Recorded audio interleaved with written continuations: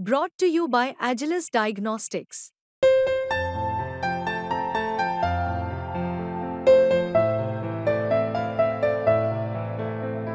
Agilus Diagnostics.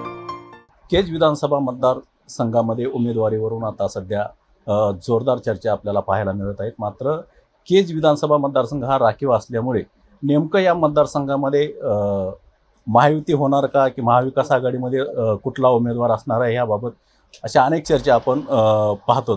आपल्यासोबत भारतीय जनता पार्टीच्या माजी आमदार संगीता ठोंबरे त्यांच्याकडून आपण जाणून घेणार आहेत कशा पद्धतीने सध्या त्यांची मोर्चेबांधणी सुरू आहे। कशा पद्धतीने मोर्चेबांधणी सुरू आहे? मोर्चे बांधणी अतिशय जोरात आमची चालू आहे।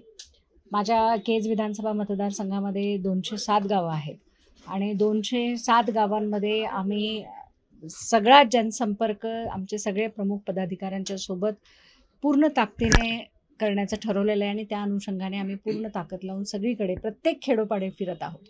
लोकांची जनभावना अतिशय सकारात्मक आहे। जनतेने आम्हाला कधी नाकारलेलं नाही, त्यामुळे यावेळेस जनतेच्या सहमतीने पूर्ण ताकदीने तयारी सुरू केलेली आहे।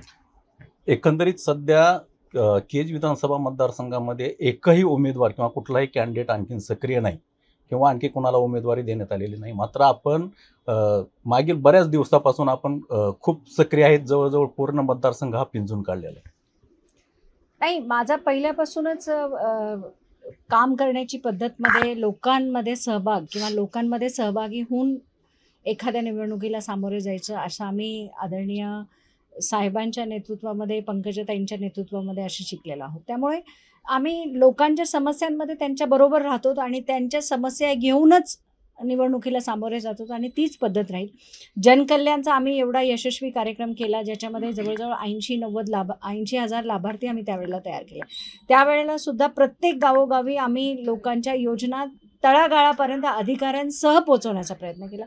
ही पद्धत आम्ही पहिल्यापासूनच राबवलेली आहे। त्याच अनुषंगाने गावांमध्ये जाऊन समोरून काय चालू आहे, समोरून कशी मोर्चेबांधणी चालू आहे याचा विचार न करता आपल्याला ज्या गोष्टीला सामोरे जायचं आहे त्याच्यामध्ये लोकांना आपल्या सोबत घेऊन सक्षम पद्धतीने ते काम करायचं या अनुषंगाने आम्ही करत आहोत। एकंदरीत प्रेसमध्ये आपण या मतदारसंघावरती दावा पण केलेला होता। मात्र या 2-3 दिवसापासून एक अशी बातमी आली किंवा सोशल मीडियामध्ये व्हायरल झाले की तुम्ही राष्ट्रवादी काँग्रेस गट जे शरद पवारांचा गट आहे ते जयंत पाटलांना भेटलात। नेमकं काय चर्चा झाली, भेटण्यामागचं काय कारण असतं? नाही, त्याचा खुलासा मी याआधी सुद्धा केलेला आहे आणि अगदी सहज जयंत पाटलांना मी त्या ठिकाणी भेटायला गेले होते एका कामानिमित्त आणि त्याचा खुलासा आदरणीय जयंत पाटील साहेबांनी सुद्धा त्या ठिकाणी केलेला आहे।